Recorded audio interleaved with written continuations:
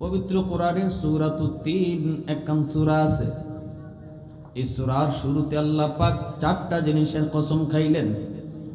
চার জিনিসের কসম খাওয়ার পর আল্লাহ পাক একটা কথা বললেন।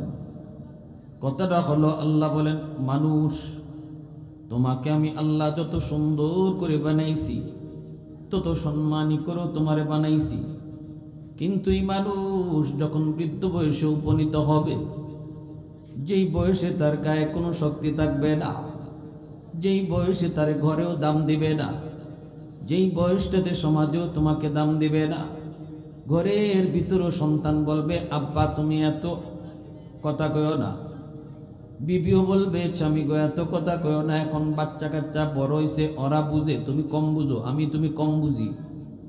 সমাজের মানুষেরও কইব মেয়ে এত হাউক দিও না, আগে অনেক হাউক দিছো, এখন একটু আসতে। সমাজে কোথাও তোমাকে এত দাম দিতে চাইবে না, কারণ গায়ে তোমার শক্তি নেই। আমি আল্লাহ কথা দিলাম, যদি তুমি যৌবনে আমার গোলামি ঠিক মতো তুমি করো, যৌবনে যদি তোমাকে ভালো কাজে পাওয়া যায়, যৌবনে যদি তোমাকে আমার গোলামি করতে পাওয়া যায়, আল্লাহ বলেন আমি চার জিনিসের কসম খেয়ে বলতেছি, ওই বৃদ্ধ বয়সে আমি তোমাকে দামি বানায়া দেব। যৌবনের যতগুলি আমল, যেই বয়সে তোমার গায়ে শক্তি ছিল, ওই বয়সে যতগুলি আমল তুমি করেছ, বৃদ্ধ বয়সে আমি আল্লাহ সবগুলি আমল তোমার আমল নামায় জারি রাখবো। করতে পারবা না তবু আমল নামায় জারি থাকবে।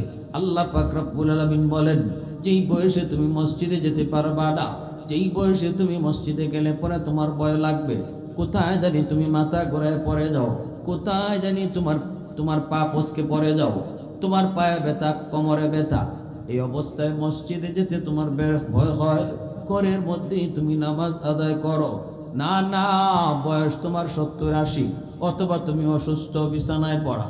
আল্লাহ পাক কয়, যুবক, যদি তুমি গায়ে শক্তি থাকতে মসজিদে যায় নামাজ আদায় করো রে, যেই বয়সে তুমি মসজিদে যেতে পারবা না, ঘরের মধ্যেই নামাজ আদায় করতে হবে। আল্লাহ ফেরেশতাদেরকে বলবেন, ফেরেশতারা শুনো, আমার বান্দা যদিও ঘরে নামাজ আদায় করে, তবুও তার আমল নামায় মসজিদে জামাতের সওয়াব উঠায় দাও। কারণ গায়ের শক্তি নিজে নিজে কেড়ে নেয় নাই, আমি আল্লাহ তার শক্তি কেড়ে নিয়েছি। নিজে নিজে বৃদ্ধ হয় নাই, না না, শক্তি নিজে নিজে ব্যয় করে নাই, আমি তারে বয়স্ক বানাইছি। কারণ কেউ নিজের ইচ্ছায় বৃদ্ধ হতে চায় না, কিনা জোরে বলেন? কেউ বুড়া হতে চায় না, সবাই জোয়ান থাকতে চায়, জোয়ান। আল্লাহ বলেন আমি তারে বুড়া বানাইছি, আমি তারে অসুস্থ বানাইছি, নিজে নিজে অসুস্থ হয় নাই। এজন্য আমার বান্দা যদিও আজও সুস্থ থাকতো, আজও যদি তার গায়ে শক্তি থাকতো, আজও যদি তার যৌবনকাল থাকতো, যেভাবে আগে সে মসজিদে গিয়ে নামাজ আদায় করত, এখনো আজও এইভাবেই সে নামাজ যায় মসজিদে পড়তো। অতএব ফেরেশতারা শুন, আমার বান্দা যদিও ঘরে নামাজ আদায় করছে, তবুও তার আমল নামায় যৌবনের জামাতের সওয়াব উঠে দাও। আল্লাহ পাক বলবে, শুনো, তাহাজ্জুদের নামাজ আদায় করেছো, এখন তাহাজ্জুদের নামাজ পড়ার ক্ষমতা নাই, গায়ে তোমার শক্তি নাই, ঘুম থেকে তুমি উঠতে পারো না রে যুবক, ঘুম থেকে উঠতে পারো না, না না, কিন্তু তুমি আফসোস করো, আফসোস করো। এই আফসোসটাও আল্লাহর কাছে বড় দাবি, আফসোসটাও আল্লাহর কাছে বড় দাবি। এই যুবক একটু শোনো, মন দিয়ে শোনো। আব্দুল্লাহ ইবনে মুবারক রহমাতুল্লাহি আলাইহি বহুত বড় আল্লাহর একজন ওলি, ইন্তেকালের পর একজনের স্বপ্নে কয়, হুজুর আপনার সাথে কেমন আচরণ হয়েছে? হুজুর কয়, বাবা আমি দেখি মরার পরে আমার পাশের ঘরে একজন কামার থাকতো, কামার, এই কামারকে আল্লাহ পাক আমার চেয়ে অনেক উঁচু মর্যাদা জান্নাতে দিয়া দিছে। হুজুর কি বলেন, কেমনে কি হলো কিছুই তো বুঝি না। আল্লাহর ওলি কই বাবা শুন, ওই কামার যতদিন গায়ে শক্তি ছিল ততদিন তাহাজ্জুদের নামাজ আদায় করত। যেই বয়সে তার গায়ে শক্তি নাই, তাহাজ্জুদের নামাজ পড়তে পারে না। কিন্তু আমি যে তাহাজ্জুদ পড়ি, আমার তাহাজ্জুদ পড়া দেইকা দেইকা চোখের পানি জড়ায় কান্ত। ওই তো মালিক, আজও যদি আগের মতো আমার শক্তি থাকত, আজও আমি এইভাবে তোমার কদমে সেজদা দিতাম। কারণ শেষ রাতে তুমি তো আসমানে নেমে আসো, প্রথম আসমানে নেমে আসো, তুমি তো সবাইকে ডাকো। আসুনি কেউ অসুস্থ, আমার কাছে দোয়া করো, আমি আল্লাহ তোমাকে সুস্থ করে দিব। আসুনি কেউ বিপদে পড়ছো, আমার কাছে চাও, আমি আল্লাহ তোমাকে বিপদ থেকে উদ্ধার করব। আসুনি এমন কেউ গুনাহ মাফ চাও, আমি আল্লাহর কাছে চাও, আমি গুনাহ মাফ করে দিব। ও মালিক, আমার তো মন চায় তোমার কদমে সেজদা দিয়ে কান্দি, কিন্তু দেখো না তোমার বুজুর্গ, তোমার বান্দা আব্দুল্লাহ ইবনে মুবারক কেমনে তোমার সেজদা দেয়।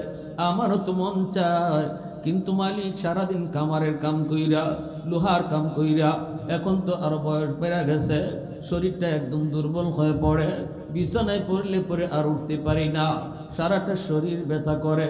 আল্লাহ মন চায় আগের মতোই তোমারে সেজদা দেই। এ যুবক শুনো, আব্দুল্লাহ ইবনে মুবারক স্বপ্ন যুগে কইরি বাবা শুন, ওই যে কামারে আফসোস কইরা কইরা কইতো, আল্লাহ তার আফসোসটারে এমন পছন্দ করা করছে, আল্লাহ পাক তার ঘুমায়া থাকাটারেও তাহাজ্জুদ বানায়া দিছে। আওয়াজ দিয়ে কন্যা সুবহানাল্লাহ। প্রশংসা করব কার? একটু জোরে মালিকের নাম কার? ওয়াহদত কি হিফাজত নেহি বেকুওতে বাজু, वहदत की हिफाजत नहीं बेकुवते बाजू, आती नहीं कुछ कामी हाक़ल खुदा, ऐ मर्द खुदा तुझको कुव्वत नहीं हासिल, जा बैठ किसी गार में अल्लाह का कर याद, जा बैठ किसी गार में अल्लाह का कर याद। ये सच है कि बातिल की तरफदार नहीं गम, गद्दार न समझो गम गद्दार नहीं हा, गद्दार न समझो गम गद्दार नहीं हा। पोलो की तरह नरम मिजाज अपना है नजर, हम तीरी नहीं नेज़ा व तलवार नहीं हा, हम तीरी नहीं नेज़ा व तलवार नहीं हा। मुसलमानेर आवाज এখন আল্লাহু আকবার। এজন্য আল্লাহ পাক রব্বুল আলামিন কই, ও ফেরেশতারা শোনো, আমার বান্দা ফজরের পর কোরআন তেলাওয়াত করত, মাগরিবের পর কোরআন তেলাওয়াত করত, পবিত্র কোরআনের সূরা ইয়াসিন ফজরের পরে পড়তো, মাগরিবের পরে সূরা ওয়াকিয়া তেলাওয়াত করত। আজ আমি আল্লাহ তার চোখের শক্তি কেড়ে নিয়েছি, চোখের পাওয়ার নাই, কোরআনের হরফ দেখে না। না না, আজও যদি তার চোখের পাওয়ার থাকতো তখনও সে কোরআন পড়ত, আজও কোরআন পড়ত। অতএব যদিও বান্দা পারে না, যৌবনে যতদিন কোরআন তেলাওয়াত করছে এই তিলাওয়াতের সমান সব আজও আমল নামায় উঠায় দাও। ইল্লাল্লাযীনা আমানু ওয়া আমিলুস সালিহাত ফালাহুম আজরুন গায়রু মামনুন। আল্লাহ পাক পবিত্র কোরআনের সূরাতুত তিনের মধ্যে 4টা কসম খায়া এই কথা বলছেন, রে যুবক, এইবারে বার বলো, তোমার গায়ের শক্তি যতদিন আছে এতদিন এই যৌবনের দাম দেওয়া দরকার আছে না নাই? যৌবনের মূল্য দেওয়া দরকার আছে না নাই? এই যুবক, একজন বুড়া মানুষ আল্লাহ, বৃদ্ধ মানুষ যদি আল্লাহরে সেজদা দেয়, আর একজন যুবক যদি যৌবনে আল্লাহরে সেজদা দেয়, যুবকের সেজদা যদি এক পাল্লায় রাখা হয়, হাজারো বৃদ্ধ মানুষের সেজদা যদি এক পাল্লায় রাখা হয়, যুবকের সেজদার পাল্লা ভারী হয়ে যাবে। এই জমিনে যত আল্লাহর ওলি হয়েছেন সবাই কিন্তু আল্লাহর ওলি হয়েছেন যৌবনকালে। যৌবনকালে যত আল্লাহর ওলি হয়েছেন সবাই ওলি হয়েছেন যৌবনকালে। যৌবনের ইবাদত আল্লাহর ওলি বানায়, যৌবনের ইবাদত আল্লাহর ওলি বানায়। এর যুবক, এজন্যই নবীজি বলেছেন লা ওয়ারআকাল কাফি, লা ওয়ারআকাল কাফি।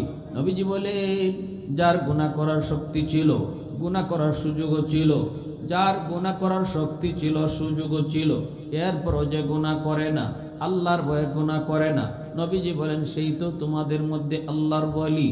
যুবকের সুযোগ ছিল চুরি করার, যুবকের যৌবনের চাহিদা ছিল জিনা করার, যুবকের যৌবনের চাহিদা ছিল গান বাজনা করার, যুবকের যৌবনের চাহিদা ছিল হারাম প্রেম ভালোবাসা করার। কিন্তু যে যুবক তার যৌবনটারে কন্ট্রোল করেছে, না না না, অন্তরের ভিতরে নাপাক প্রেম জন্মায় নেই, আল্লাহ পাকের প্রেম অন্তরের ভিতরে জমায় নেই, যেই যুবকের যৌবনে মাথায় টুপি পাওয়া যায়, মুখে নবীর সুন্নত দাড়ি দেখা যায়, যেই যুবকের যৌবনে মসজিদে পাওয়া যায়, যেই যুবক যৌবনে আমার নবীর সুন্নতকে নিজের মাঝে আঁকড়ায় রাখে, যেই যুবক যৌবনে উলামায়ে কেরামকে তাজিম করে, যেই যুবক যৌবনে মুরব্বীদেরকে সম্মান করে, যেই যুবক যৌবনে বাপ মার সেবা করে, যেই যুবক যৌবনে আল্লাহর কদমে সেজদা দেয়, মসজিদে গেলে তারে নামাজে পাওয়া যায়, রমজান মাসে রোজা রাখতে দেখা যায়, ওই যুবক, আল্লাহর নবী বলেন, ওই যুবক যৌবনেই আল্লাহর ওলি হয়ে যায়। এজন্য যুবকদের জন্য আল্লাহর ওলি হওয়া সহজ, যৌবনকালে আল্লাহর ওলি হওয়া সহজ। যৌবনের সেজদা আল্লাহ পাক রব্বুল আলামিন কই জানোনি, প্রতিদিন আমি আল্লাহর কাছে জমিন আবদার করে, আলা কুল্লা ইয়াউমিন ওয়াল আরদা ইস্তাজিলু রাব্বাহু ওয়াল বাহরা ইস্তাজিলু রাব্বাহু। আল্লাহ পাক কই জানোনি, প্রতিদিন জমিন আমি আল্লাহর কাছে আবদার করে আর কয় মালিক, ও মালিক আর কত নাফরমানি দেখব গো, আর কত বেনামাজির পায়ের বোঝা আমি নিব, এই বেনামাজি আমি জমিনের উপর দিয়ে আর কতদিন চলবে, আমি জমিন আর কত তার বোঝা নিব। আসবিরু ইলা মাতা আসবিরু, ধৈর্য ধরব তো আমি কতকাল ধৈর্য ধরব। ও মালিক দেখো না সুদকুর কেমনে অহংকার করে করে আমি মাটির উপর দিয়ে হাঁটে, আল্লাহ দেখো না জিনাকুর কেমনে জিনা কইরা আমি জমিনের উপর দিয়ে হাঁটে, অনুমতি দাও, অনুমতি দাও। আল্লাহ তুমি অনুমতি দিলে নাফরমানকে আমি গিলে ফেলবো। আবতালিউ ইবনা আদম ফি কারি, আমি আমার পেটে তাকে নিয়ে নিব। আল্লাহ পাক রব্বুল আলামিন কয় কেন? কয় আমি কতকাল আর ধৈর্য ধরমু, কতকাল তার নাফরমানি আমি জমিন দেখমু। আল্লাহ পাক কয় শুধু জমিন নয়, সাগর মহাসাগরও এইভাবে আমি আল্লাহর কাছে আবদার করে। কক্সবাজার সমুদ্র সৈকতের পারে যায় কত গুনাহ করে কত যুবক কত যুবতী, ওই যুবক যুবতী ভালো করে জানে সাগরের পানিটা কিন্তু তাদের নাফরমানি দেখতেছে। সাগরের পানিটা আল্লাহর কাছে আবদার করে কয় মালিক আর কত নাফরমানি দেখব, আর কত গুনাহ দেখব। আমি সাগর কতটা ভয়ঙ্কর নাফরমান ভালো করে জানে। আমি যদি তোমার অনুমতি পাই জমিনটারে মুহূর্তের ভিতরে পানির নিচে ডুবায় দেই। ও মালিক আমি যদি তোমার অনুমতি পাই, তোমার ইশারা পাই, আমি শান্ত সাগর কতটা অশান্ত হই এটা কিন্তু নাফরমান জানে। এরপরও দেখো একটুও ডরায় না, একটুও ভয় পায় না। আমি সাগরের পারে আইসা কত গুনাহ করে কত অন্যায় করে। আল্লাহ তুমি অনুমতি দাও, অনুমতি দাও, এই নাফরমানগুলিকে আমি পানি দেয় ডুবায় দেই, এই নাপাক জমিনটারে আমি পাক বানায়া দেই। আল্লাহ পাক কইরে দুনিয়ার মানুষ, এ বান্দা বান্দিরা শুন, তোদের গুনার কারণে জমিন কিন্তু প্রতিদিন এমন আবদার করে বসে, সাগর মহাসাগর গুলো এমন আবদার করে বসে, কিন্তু আমি আল্লাহ ওই জমিনকে চুপ করা দেই, ওই সাগর মহাসাগরকে আমি চুপ করা দেই। আমি আল্লাহ বলির জমিন শুন, আমার মাঝে আর আমার বান্দা বান্দির মাঝখানে তোমরা কেউ নাক গলাবা না। গুনাহ যদি করে আমার বান্দা আমার করছে, তোমার কি? আমি তো আমার ওই বান্দাকে নিজের হাত দিয়ে আদর করে বানাইছি। আল্লাহু আকবার জোরে বলেন। আসমান আল্লাহ বানাইছেন কুন ফায়াকুন বইলা, জমিন আল্লাহ বানাইছেন কুন ফায়াকুন বইলা, ফেরেশতা আল্লাহ বানাইছেন কুন ফায়াকুন বইলা। এমনি ভাবে আল্লাহ পাক কায়নাত আল্লাহ বানাইছে কুন ফায়াকুন বইলা। কিন্তু আমারে আপনারে আল্লাহ পাক কুন ফায়াকুন বলে বানায় নাই। আমারে তোমারে আল্লাহ বানাইছে খলাকতু বিয়াদাইয়া, আল্লাহ বলে আমি আমার নিজের হাত দিয়া তোমারে বানাইছি। কারণ এই চেহারার মধ্যে এত দামি কপাল, ওই কপাল আমি বানাইছি বান্দা আমার সেজদার জন্য। যেই কপাল আমি আমার সেজদার জন্য বানাইছি, এই কপাল ফেরেশতাদের হাতে বানাইলে হয় না, এই কপাল আদেশ দিয়া বানাইলে হয় না, এই কপালটা আমি আল্লাহ আমার কুদরতি হাত লাগায়া বানাইছি। এজন্য আল্লাহ পাক করে জমিন ভালো করে শুন, আমি আল্লাহ দেখতেছি জমিনে কত গুনাহ হয়, কত অত্যাচার হয়, কত জুলুম হয়, কত নাফরমানি হয়। আমি আল্লাহ দেখতেছি এই জমিনে আমার নায়েবের নবী উলামায়ে কেরামের সাথে কেমন আচরণ হয়। এরপর আমি কেন নগদ ধরি না জানোনি? কারণ এই মানুষকে আমি সবচেয়ে আদর করে বানাইছি। নূহ নবী কয় মালিক, ও মালিক, সমস্ত কায়নাত তুমি পানিতে ডুবাইয়া দিছো, কিন্তু একজন বৃদ্ধা মহিলার ভাঙ্গা ঘর তুমি এখনো আগের মতোই রাখছো, এমনকি বৃদ্ধা মহিলাকে আগের মতোই রাখছো। আমি আইসে জিজ্ঞেস করেছি, মা, মহিলা কই নবী গো তুফান কি হয়ে গেল? অথচ তুফান হয়ে গেছে, তামাম দুনিয়া তছনছ হয়ে গেছে, আল্লাহ তোমার বান্দি কিছুই বুঝে না, কিছুই টের পাইল না, কেমনে কি হলে একটু কও। আল্লাহ পাক কয়, নূহ, আমার বান্দিটা তোমারে বারবার কইছিল নবী গো, যখনই তুফান শুরু হয় আমারে আপনি ইয়াদ করে নিয়ে যাইন। আমি বুড়া মানুষ, আমি নৌকায় ফারাফারি করে উঠতে পারবো না, আপনি আমার একটু ইয়াদ করে নিয়ে যাইন। ও নূহ, তুমি তো তোমার উম্মতকে বইলা গেছো, আমার বান্দিটারে বইলা গেছো, আমি আল্লাহ আমার বান্দি বলতে পারি নাই। তোমরা নবী হইয়া উম্মত বলতে পারো, কিন্তু আমি আল্লাহ হইয়া বান্দা বান্দি বলতে পারি না। আওয়াজ দিয়া কও না সুবহানাল্লাহ, আরো জোরে সুবহানাল্লাহ। আহাদুল লাইসা কামিসলিক সামাদুল লাইসা কাফাদলিক লিমানিল মুলকু তুগুই তু সাজাওয়ার খুদাই, তু খুদাওয়ান্দে ইয়ামিনি তু খুদাওয়ান্দে ইয়াসারি, তু খুদাওয়ান্দে জমিনি তু খুদাওয়ান্দে সমাই, তু রহিমি তু করিমি তু সমিঈ তু বসিরি, তু মুইজ্জি তু মুযিল্লি তু মালিকিল আরশি বজাই। বরি আজ চৌচেরাই, বরি আজ সুরত রঙ্গি, বরি আজ ইজ্জ নিয়াজি, বরি আজ বিম উমিদি, বরি আজ খুরদন ও খুফতন, বরি আজ তুহমত মরদন, বরি আজ বিম উমিদি, বরি আজ রঞ্জ বালাই। আল্লাহু আকবার। মুসলমানের আওয়াজ এখন আল্লাহু আকবার। এজন্য আল্লাহ পাক রব্বুল আলামিন কই জানোনি, এই জমিনটারে আমি আল্লাহ টিকায়া রাখছি, আসমান আসমানের জায়গায়, জমিন জমিনের জায়গায়। আল্লাহ পাক বলেন জানোনি, এই জমিন আমি টিকায়া রাখলাম, আসমান আসমানের জায়গায়, জমিন জমিনের জায়গায় ততদিন পর্যন্ত টিকে থাকবে যতদিন জমিনের ভিতরে 4 দল থাকবে। আল্লাহু আকবার। কয় দল? জোরে বলেন কয় দল?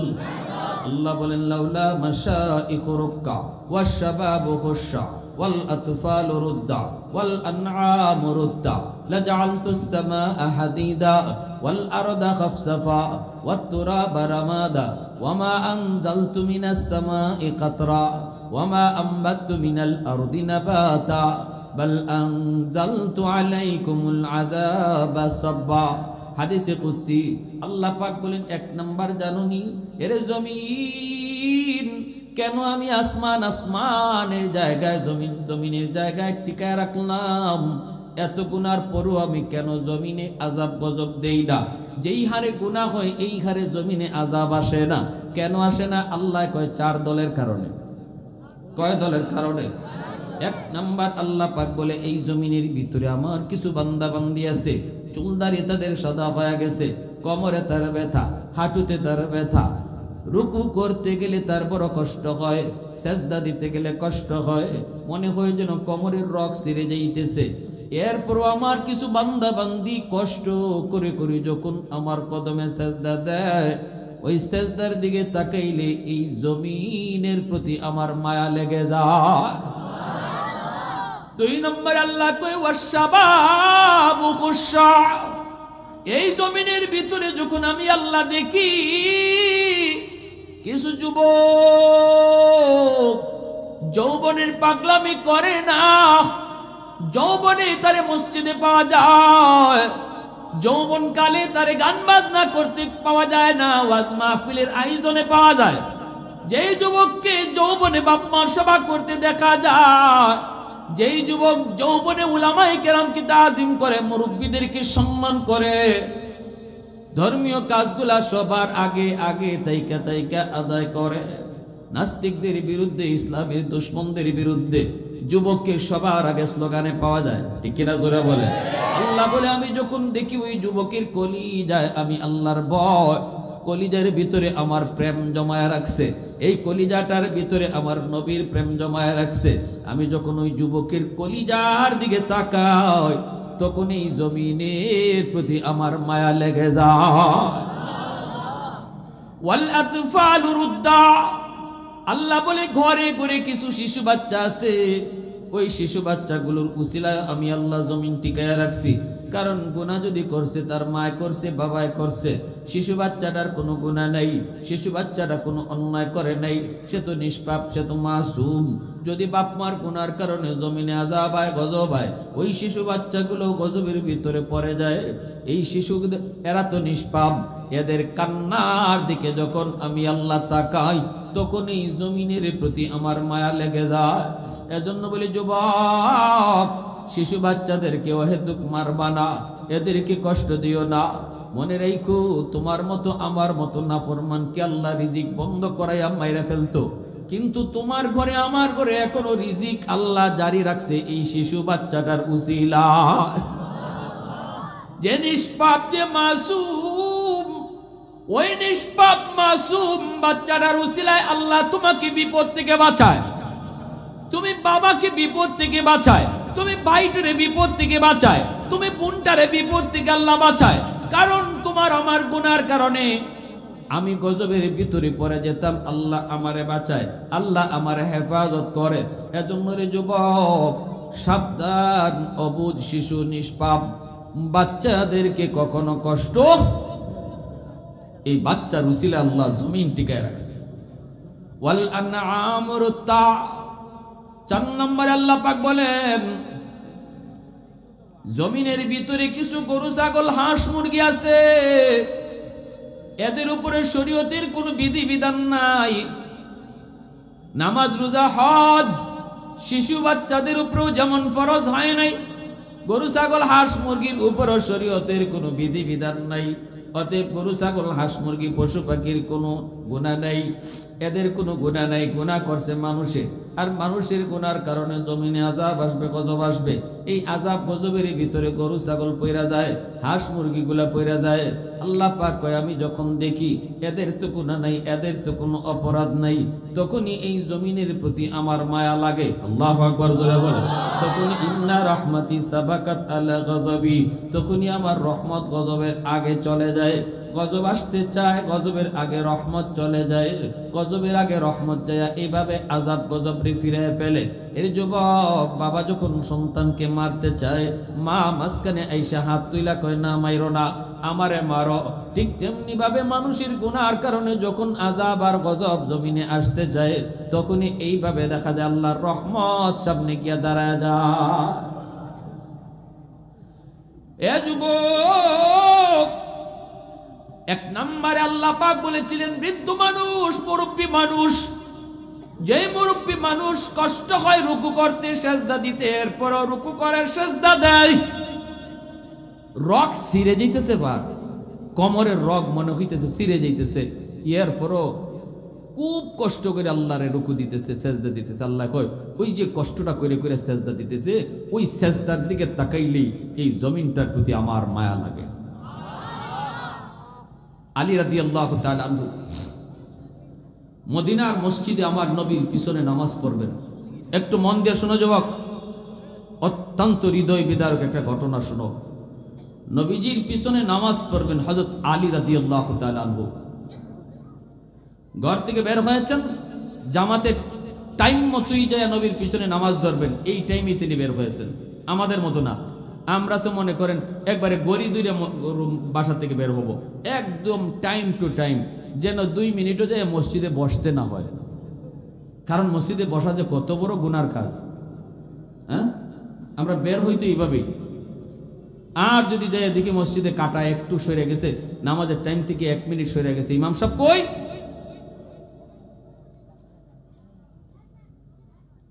এখনো মক্কা মদিনায় নামাজ কয়টার সময় দাঁড়াবে, জামাত কয়টায় খাড়াবে, কোনো ক্যালেন্ডারে লেখা নাই। জোহরে আজানের টাইম আছে, যারা মক্কা শরীফ গেছেন দেখবেন, হেরাম শরীফে, মদিনার আশেপাশে, মক্কার আশেপাশে যত মসজিদ আছে, কোন মসজিদে জামাতের টাইম নাই, আজানের টাইম লেখা আছে। জোহরে আজান 1টায় বা 12টায়, আসরে আজান 3টায়।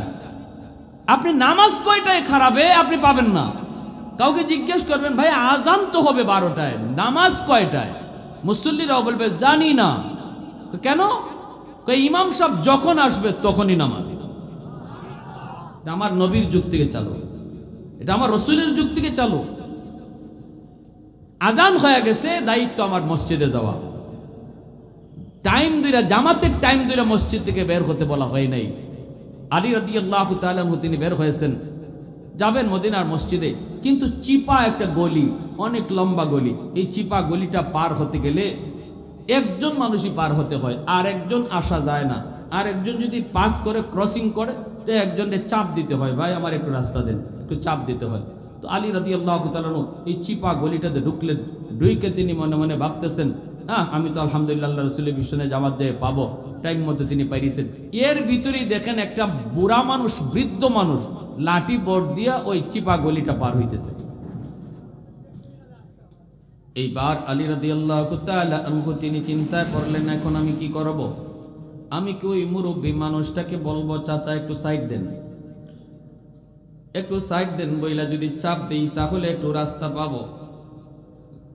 অনেক লম্বা গলি, আর যদি ওনাকে সাইড না দিয়া ওনার পিছনে পিছনে যাই, ওনাকে যদি কষ্ট না দেই, তাহলে নবীর পিছনে 1 রাকাত ছুটে যাবে। কয় রাকাত ছুটবে? 1 রাকাত ছুটে যাবে। অবশ্যই 1 রাকাত আমি পাবো না, কারণ ইনি যেভাবে আস্তে আস্তে টুক টুক টুক টুক করে হাঁটতেছে লাঠি বোর্ড দিয়ে, ওনার পিছনে পিছনে আমিও যদি টুক টুক করে যাই, তাহলে 1 রাকাত পাবো না। কি করব? নবীর পিছনে নামাজ 1 রাকাত দেয়া ধরবো, নাকি নামাজ 1 রাকাত চলে যাবে? মুরব্বী মানুষকে কষ্ট দিব নাকি দিব না? আলীর মন আলীকে কয়, আলী রে, এ আলী সাবধান। ওই মুরব্বী মানুষ যাদের রুকু সেজদা দিতে কষ্ট হয়, এরপরও কষ্ট করে সেজদা দেয়, এমন মুরব্বী মানুষের খাতিরে আল্লাহ জমিন টিকায় রাখছে। সাবধান, কষ্ট দিবি না, বেয়াদবি করবি না। এইবার আলী কয়ে, না না, পিছনে পিছনে আমি যাব, তবু কষ্ট দেব না। পিছনে পিছনে তিনি যাইতেছেন, পিছনে পিছনে যাইতেছেন। এইদিকে আলীর মনে মনে, নামাজ তো আমার 1 রাকাত নবীর পিছনে ছুটে যাবে, ঠিক আছে ছুটে যায় যাক, পরে আমি 1 রাকাত আদায় করে নিব। এইভাবেই তিনি পিছনে পিছনে হাঁটতেছেন, আর মনে মনে সিদ্ধান্ত নিছেন, নামাজ 1 রাকাত তো পাবই না। কিন্তু আল্লাহর কাছে হযরত আলীর এই আমলটা এত পছন্দ হইছে, আল্লাহ জিব্রাইলকে নবীর কাছে পাঠায় বলতেছে, জিব্রাইল আমিন নবী রুকুতে গেছেন, আল্লাহ নবী রুকুতে গেছেন নরমালি।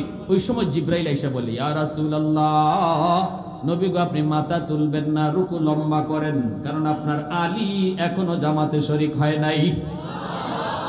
সুবহানাল্লাহ। আল্লাহ নবী রহমতের নবী, নামাজের ভিতরে অবাক, কিন্তু কথা বলার সুযোগ নাই। নবী তো এই কথা জিগাইতে পারেন না, ভাই জিব্রাইল আমার আলী কেন আজকে দেরি করলো, এই কথা তো জিগাইতে পারেন না। নবী বলতেছেন, নবী তো রুকু লম্বা করেন। জিব্রাইল পাশে দাঁড়ায় আছেন আর বলেন, নবী গো আপনি আমার উপরে কষ্ট নিয়েন না গো নবী, এটা আল্লাহর ওয়াদা। সুবহানাল্লাহ, জোরে কম। আপনার এই রুকুতে লম্বা করাইতেছি আমি, জিব্রাইলের উপরে কষ্ট নিয়েন না গো নবী, এটা আল্লাহর ওয়াদা। কারণ আপনার আলী জমাতে শরীক না হওয়া পর্যন্ত আপনার রুকু লম্বা করা লাগবে। সুবহানাল্লাহ। হযরত আলী তিনি তো খবর নাই, তিনি মসজিদের ভিতরে ঢুইকে দেখেন নবীজি রুকুতে আছেন। আলী তো মনে মনে ভাবছেন, রুকু তো পাবো না, রাকাত তো আমার একটা চলে যাবে। কিন্তু আলী ডুইকে দেখেন নবী রুকুতে আছেন, তিনি তো খুশি। হাইরে, আমি তো ভাবছিলাম এক রাকাতও পাইবো না, এখন দেখা যায় আমার রাকাত একটাও ছুটছে না, আমি তো প্রথম রাকাতে রাসূলের রুকুতে পেয়ে গেছি। মনে হয় নবীজি আজকে কেরাত লম্বা করে পড়ছেন। তো হযরত আলী পিছনে এসে রুকুতে শরীক হইছেন। এমনি জিব্রাইল কয়, নবী গো মাথা উঠান, আপনার আলী জামাতে শরীক হয়ে গেছে, রুকু পেয়ে গেছে।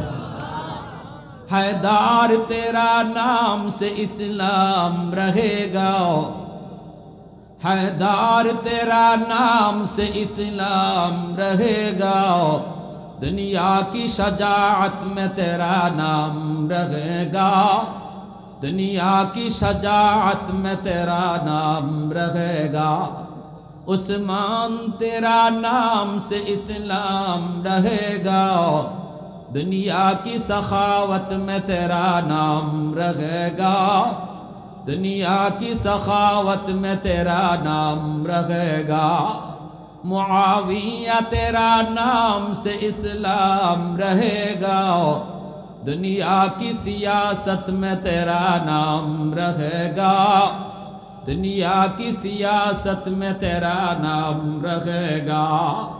মুসলমানের আওয়াজে বলি আল্লাহু আকবার, আরো জোরে বলি আল্লাহু আকবার। ভাইরা বন্ধুরা, এইবার আলী রাদিয়াল্লাহু তাআলা আনহু তিনি তো এইবার কি করলেন, রুকুতে লম্বা রুকু এসে পাইলেন। আর নবীকে আল্লাহ পাক রব্বুল আলামিন জিব্রাইল মারফতে কইলেন, নবী গো এবার মাথা তুলেন, কারণ আলী রুকু পাইছে। নবীজি মাথা তুললেন, নামাজ শেষ হলো। শেষ হওয়ার পরে নবীজি মিম্বরে বৈশা সাহাবীদেরকে বলেন, সাহাবীরা সামনের দিকে আগাও। প্রথম রাকাতে রুকুটা অনেক লম্বা হইছে, এটা সবাই টের পাইছনি? আপনারা টের পাইছেননি? মাতুকাতে জিব্রাইল আমিন ইনি নবীরে লম্বা করাইছেন, ঠিক না? এখন সাহাবা একরাম বলি, ইয়া রাসূলুল্লাহ আমরা তো টের পাইছি, কিন্তু আমরা তো আপনার সামনে কথা কইতে রাজি না। কোনো আমরা তো মনে করি আল্লাহ আপনারে কখন কোন ইশারায় চালাইতেছে, আমরা কথা বলার কোনো অধিকারই নেই। আল্লাহু ওয়া রাসূলুহু আলাম। নবী বলতেছে, কেন রুকু লম্বা হয়েছে একটু কারণ জানতে ইচ্ছা হয়নি বলে জি। নবী কয়, কারণ জানতে হলে আলী আমার কোথায়? আলী কয়, নবী আমি ফিসে আছি। ফিসের কাতারেই তো। নবী কয়, আপনি সামনে আগাই, সাইড দিন, মাঝখান দিয়ে সাইড দিন, আলীর সামনে আসতে দিন। সবাই তো মনে মনে, আল্লাহ আলীর উপরে আবার কোন মামলা? রুকু কেল্লাকি লম্বা হইলো, এটা আলীরে ফিস থেকে আনার কারণটা কি? এখন দেখা যায় মাঝখান দিয়ে রসুলকে রাস্তা করে দাও, আমার আলীর সামনে আইতে দাও। নবীজি ভিতরে ভিতরে একটু রাগো, একটু গুসাও, তোমার আজকে আসতে দেরি কেন করলা, আর আমারই অত লম্বা রুকু কেন করাইছো? প্রতিদিন তুমি টাইম টু টাইম আও, আজকে তুমি দেরি করে আসছো আর আমার রুকু লম্বা হইছে। নবীজি কাছে আইনা বলতেছে, আলী ব্যাপার কি, আজকে দেরি করছো কেন জামাতে আসতে? মদিনার মসজিদ নীরব নিস্তব্ধ, সমস্ত সাহাবীরা শুনতেছেন। নবী বলতেছে, আলী বলো। আলীও বয়স শেষ, আল্লাহ মামলা দিয়ে আমার উপরে, বুঝতেছি না ঘটনাটা কি। আলীকে রসুল কয়, আলী দেরি হইছে কেন? আলী বলে, নবী গো বেশি দেরি হয় নাই, আমি আপনারে রুকুতে পাইছি। কেমন হইছে? আল্লাহ নবী বলে, আলী কেমনে রুকু তুমি পাইছো, খবর আসেনি? এই খবর তো তোমার নাই, কেমনে তুমি রুকু পাইছো? আলী বলে, ইয়া রাসূলুল্লাহ বুঝি নাই গো নবী। আলীর তো বুঝার কথাও না।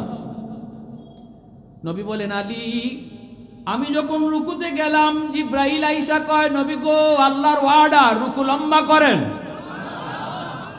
কারণ আপনার আলী এখনো রাস্তায়, মসজিদে জামাতে শরীক হতে পারে নাই। আলীর যেন একটা রাকাতও ছুটে না যায়, এজন্য আল্লাহ আমার রুকু লম্বা করা দিছে। এই কথা বলা মাত্র আলীর চোখ থেকে দর দর করে পানি পড়ে, আলী কান্না শুরু করে দিয়েছে, আর কান্দে, আর নবী গো মাপ চাই গো নবী, আজ আমার কারণে আপনার কষ্ট হলো। নবী গো আমি তো এটা জানি না, আমি তো বুঝি নাই, আমি তো মোটো টের পাইনি এটা কেমনে কি হলো। ইয়া রাসূলুল্লাহ আমি আপনারে কষ্ট দিয়ে ফেলেছি, আমার কারণে কষ্ট হয়েছে। সাহাবায়ে কেরাম রাদিয়াল্লাহু তাআলা আনহুম, আল্লাহ নবীর বিন্দু পরিমাণ কষ্ট তারা সইতে পারতেন না। জীবন যাবে যাক, তবু নবীর গায়ে একটা ফুলের ছিটা লাগুক, এটাও তারা সইতেন না। ঠিক কিনা জোরে বলেন।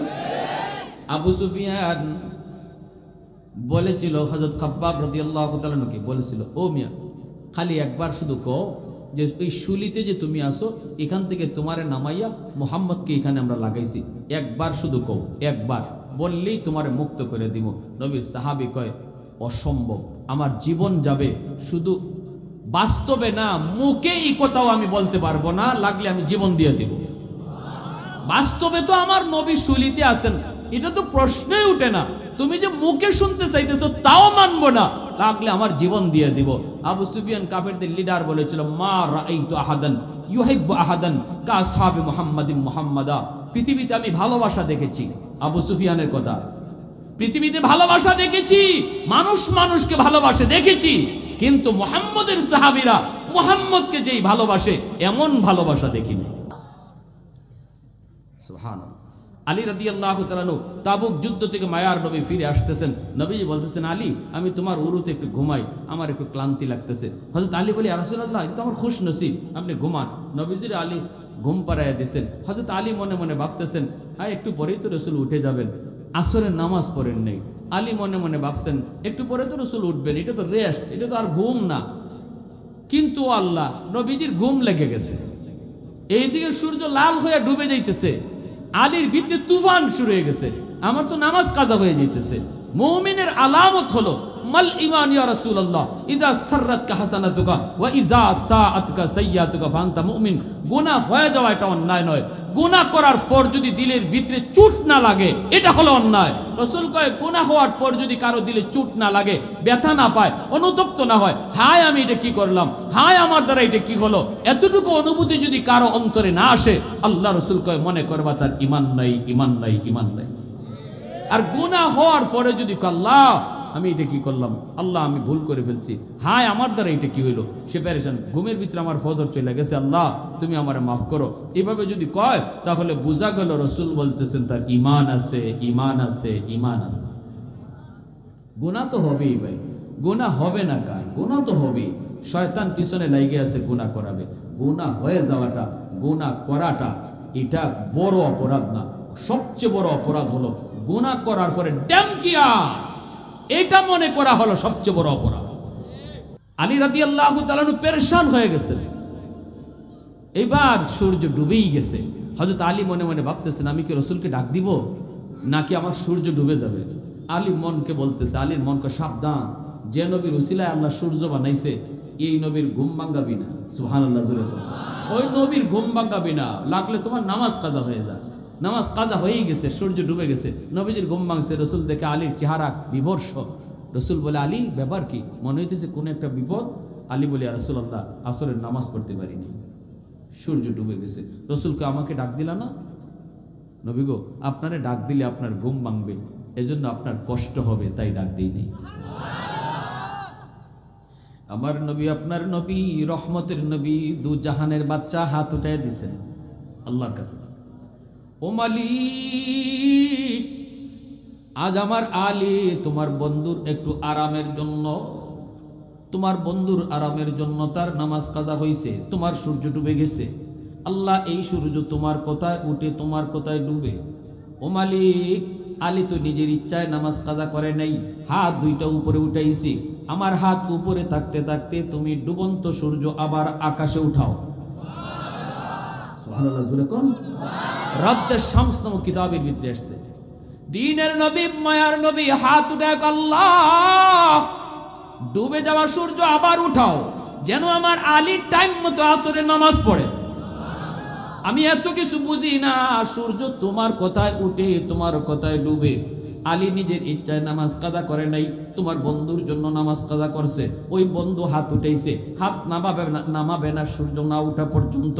নবীর হাত উপরে থাকতে থাকতেই আল্লাহ ডুবন্ত সূর্য আবারও আকাশে উঠায় দিছে। আল্লাহ। সেই আলী যখন শুনলেন নবীজি রুকুতে লম্বা করছেন, আলী তো কান্না শুরু করে দিছে, আলী তো কান্দে। এইবার নবী কয়, আলী আয় আমার বুকে আয়, কান্না করে লাভ নাই, বলো কি হইছে, ঘটনা কি একটু কও, রাস্তায় কি তো হইছে এটা কও। আলী কয়, নবী গো বেশি না, একজন মুরব্বী মানুষকে আমি সম্মান করছি। সুবহানাল্লাহ। একজন বয়স্ক মুরব্বী মানুষকে সম্মান করেছি, চিপাগলির মধ্যে উনি সামনের দিকে হাঁটে আর আমি তার পিছনে পিছনে আসছি। আমি যদি পারতাম ওনাকে চাপ দিয়া সামনে আসতে পারতাম, কিন্তু আমার মন বলে না না, সে তো আল্লাহর কাছে বড় দামি, আল্লাহর কাছে বড় দামি, এই জন্য আমি তার পিছনে পিছনে আইছি গো নবী। নবী কয় আলী রে আয় বুকে আয়, আয় আমার বুকে আয়। সাহাবীরা একটু শোনো, একটু লক্ষ্য করে শোনো, একজন মুরব্বী, সমাজের মুরব্বী মানুষকে সম্মান করলে আল্লাহ কি পরিমাণ খুশি হয়। এ যুবক, সামনের জীবনের সবগুলি এখনো পথ তোমার সামনে, এই সবগুলি ঘাট যদি মুক্ত হতে হয়, সামনের জীবনের সবগুলা ঘাট যদি তোমার পার হতে হয়, পিছনে মুরব্বীদের দোয়া লাগবে, পিছনে বাপমার দোয়া লাগবে, পিছনে উলামায়ে কেরামের দোয়া লাগবে। মুরব্বীদের সাথে বেয়াদবি কইরা কোনো যুবক কোনোদিন সফলতা পাবে না, বাপমার মনে কষ্ট দিয়া কোনোদিন কোনো সন্তান সফলতা পাবে না, উলামায়ে কেরামের কলিজায় আঘাত দিয়া কোনোদিন সফলতা পাবে না। ঠিক কিনা? হ্যাঁ, এই তিন শ্রেণীর দোয়া নিতে কারা কারা রাজি আছেন একটু হাত তুলে আল্লাহরে দেখান। আল্লাহ তুমি কবুল করো, সবাই বলেন আমিন, আরো জোরে বলেন আমিন। আল্লাহ আজকের এই মাহফিলকে কবুল করেন, যুবকদেরকে আল্লাহ কবুল করেন, এই গোটা এলাকার সমস্ত মানুষের জন্য এই মাহফিলকে হেদায়েতের উসিলা বানান, সবাই বলেন আমিন।